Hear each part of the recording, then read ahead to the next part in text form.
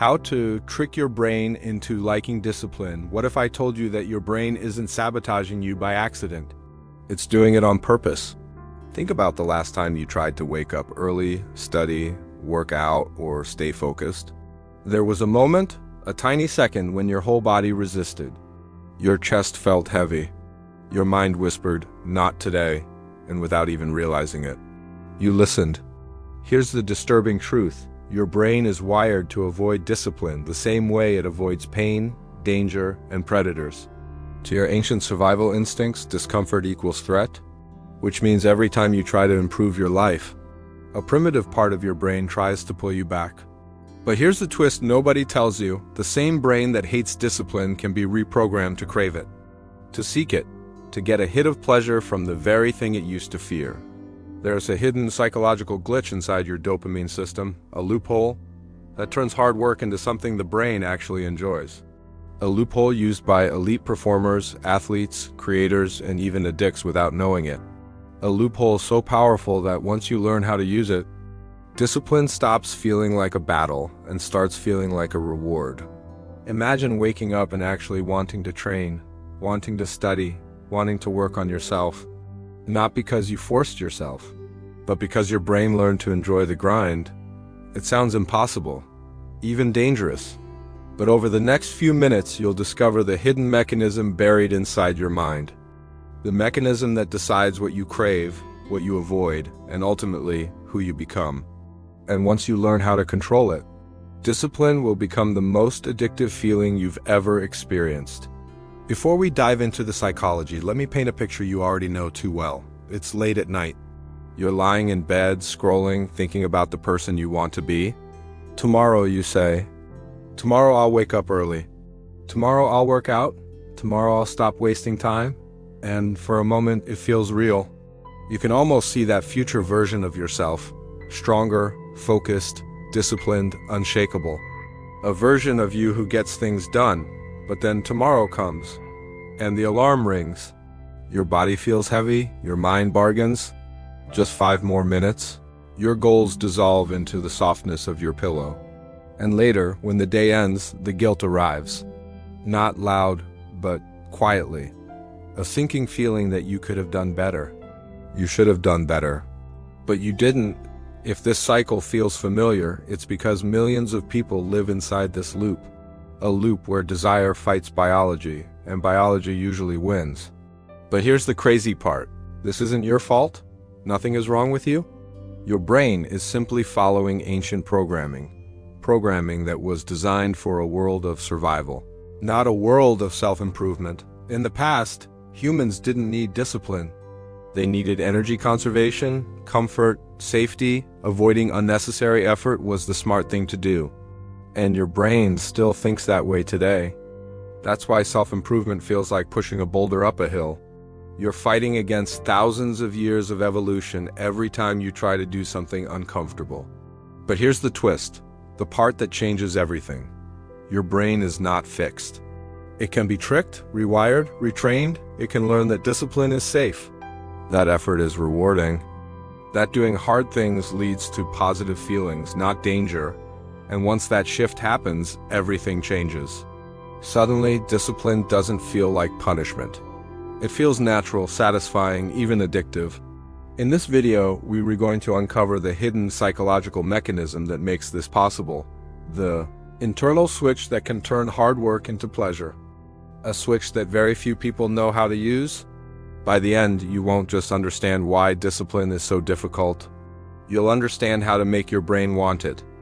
Meet Aiden. He's not lazy, he's not unmotivated, he's just tired of trying.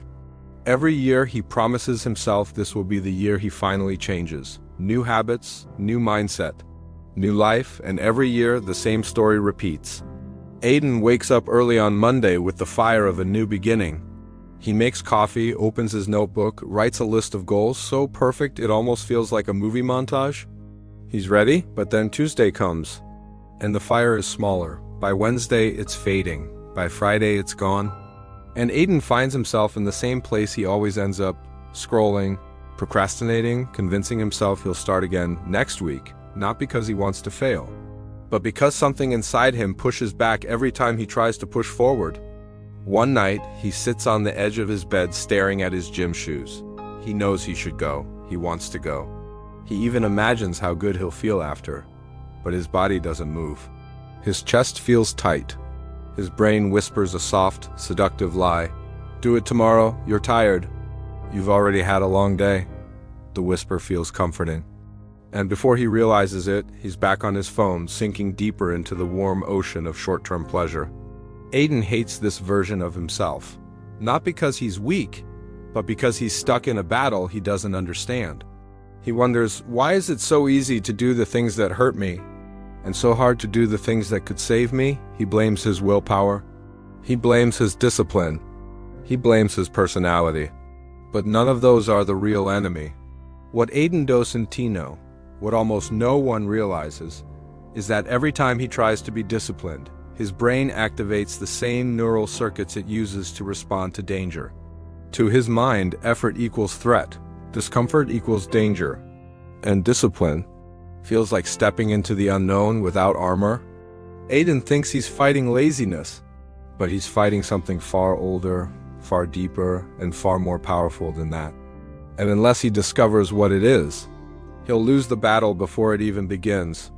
What he needs, what we all need, is to understand the strange, hidden force inside the mind that pulls us away from the very life we want. And that force is about to be revealed.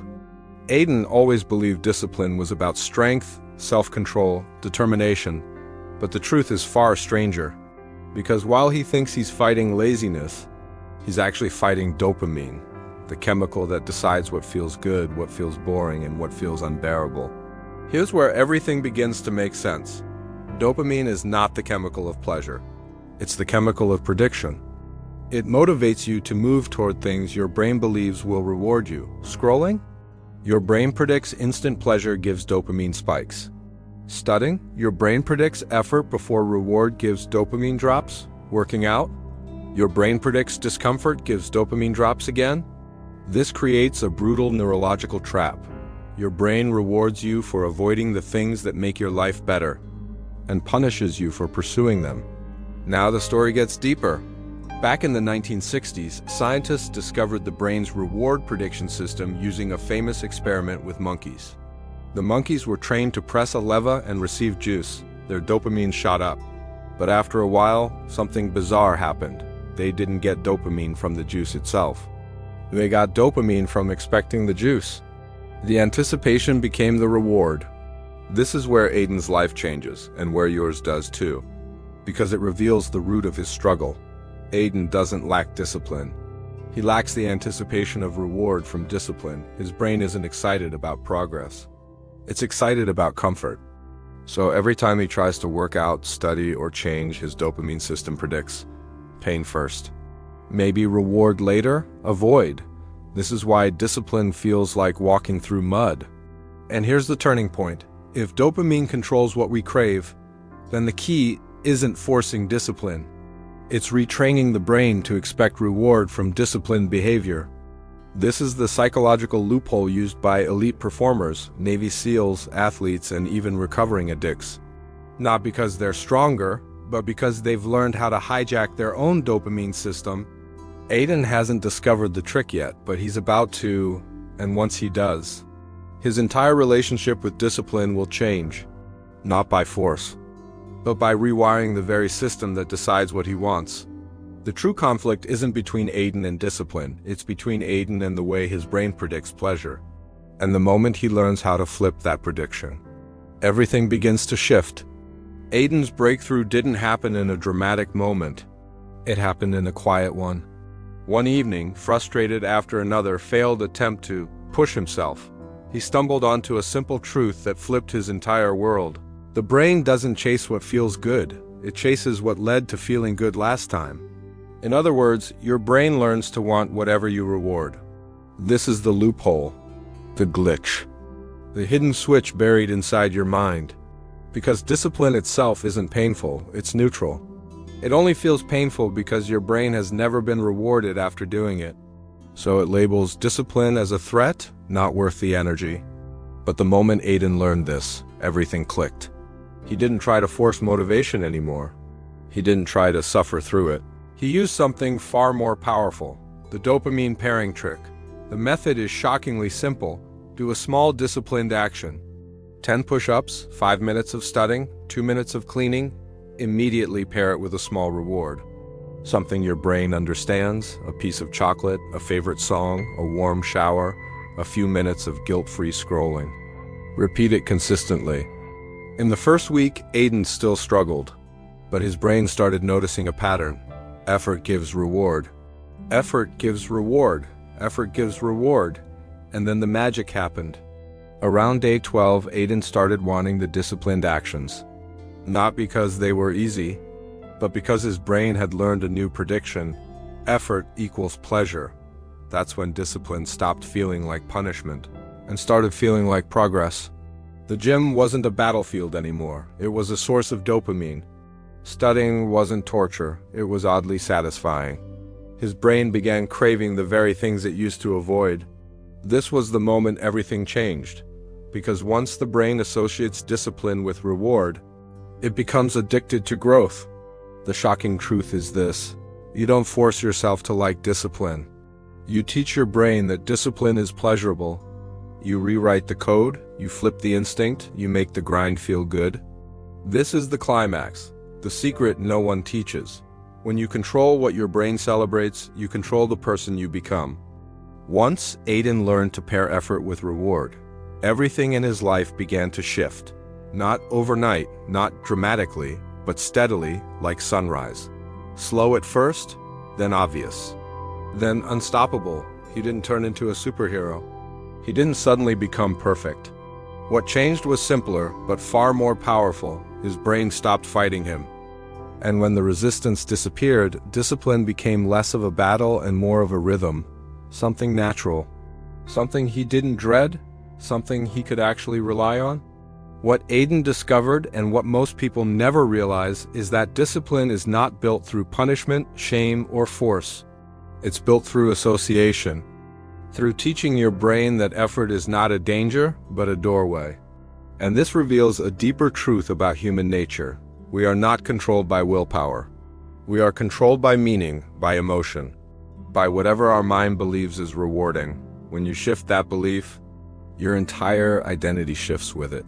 Suddenly, goals don't feel impossible. Habits don't feel like chains. Change doesn't feel like torture. Instead of craving comfort, you begin craving progress. Instead of being addicted to escape, you become addicted to growth.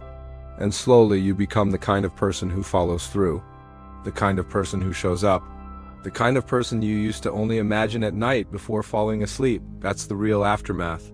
Not the discipline itself, but the version of you that discipline creates. Because once your brain learns to celebrate effort, you don't just become more disciplined, you become more you. A version of yourself that's not controlled by old wiring or ancient instincts, but guided by intention, clarity, and strength. A version of yourself that was waiting the whole time. In the end, the real secret wasn't about tricks or hacks. It was about understanding one simple truth. Your brain isn't your enemy, it's a follower. It learns from what you reward. It becomes addicted to whatever you repeat. And it will obey whatever pattern you teach it. The moment you choose to reward effort, even in the smallest ways, something extraordinary happens. Your brain stops dragging you toward the person you used to be, and starts pulling you toward the person you're becoming. This isn't magic. This is psychology. This is wiring. This is the quiet transformation that turns ordinary people into leaders. Creators, builders, the ones who rise while others stay stuck. So start small, celebrate effort. Give your brain a reason to crave the grind, and watch what happens next. Because once your mind learns to enjoy discipline, your growth becomes inevitable. If you enjoyed uncovering this hidden side of the mind, wait until you see what your brain does when you fall in love. When you feel jealous or when someone breaks your heart, make sure to subscribe, and stay with me, because the next secret your brain is hiding is even bigger than this one.